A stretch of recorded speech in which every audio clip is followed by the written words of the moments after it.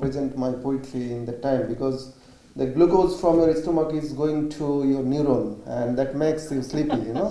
So the tips is when you hear or read poetry, it should be in your in an empty stomach. That will give you much more concentration on your poetry.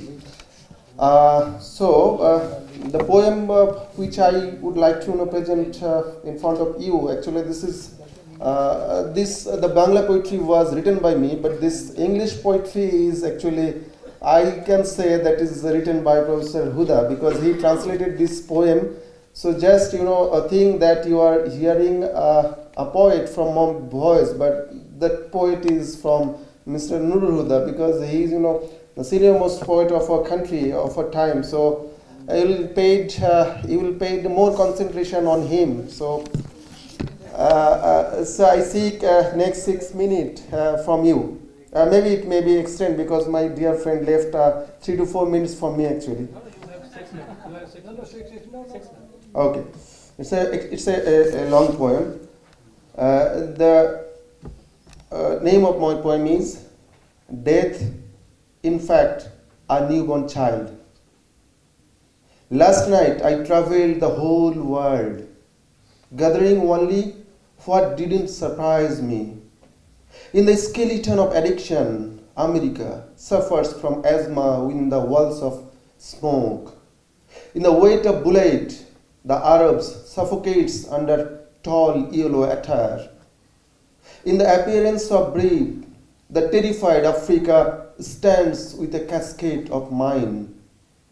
In the respiration of interest, diffused Europe burns his finest limbs of gold. In the wound of below, Asia crazily moves hands and legs within the bag of signal. Between light and darkness, there is introversion and hazy map piercing the tongue. The earth is just a simple bubble in a child's lips, anguish weeping behind a watermark, though there's no groan of revolt anywhere now. Civilization is in split, feelings of religion under curse. Prison houses in clusters, damp and wet skin pores. All resentments of time target the swollen belly of watermelon. Who has permitted him to wrap the flag around his body? Constitution. Constitution is just a little carved leg of polio patient who sucks the veil of semen riding on a back of mule. He bothers little where the ship of mourning has anchored. Printed in costly pages, he just opens his limitations in the web of capitalism. The folds of orange are broken into pieces. All eagerness targets at the wax-covered apple. The face of time resembles the burnt and twisted potato. It's not an auspicious symptoms at all. Intercourse between two meals give a birth to a horse. That's not an auspicious symptoms too.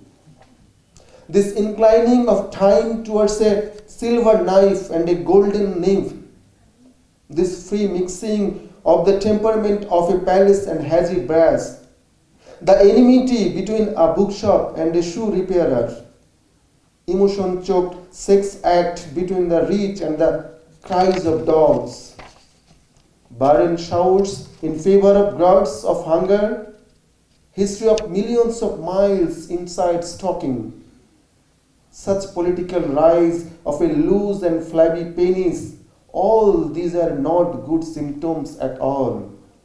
Food for laughter. Yeah, death is the only food for laughter. Death of man is the food for laughter.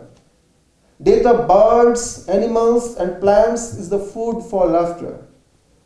Death of hills, ocean, skies, houses, societies, and dream is food for laughter. Everywhere the killer shies fly on.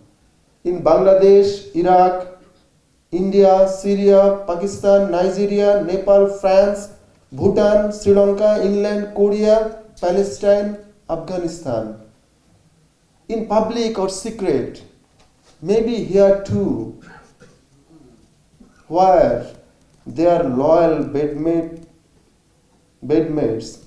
They paint kisses on our anger. We make them friends swallowing the saliva of hatred, and etc., etc., etc. Alas, we can enter the volatile cave of death hugging them cordially. Isn't a matter of regret for them?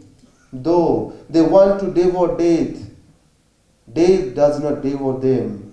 Then we hear the sound of celebrating the hopes of delights and smile of future. And we smile, we only smile. We heal the diseased soul by smiling and smiling only. Death is for us, only for us. Death is, in fact, our newborn child. Thank you.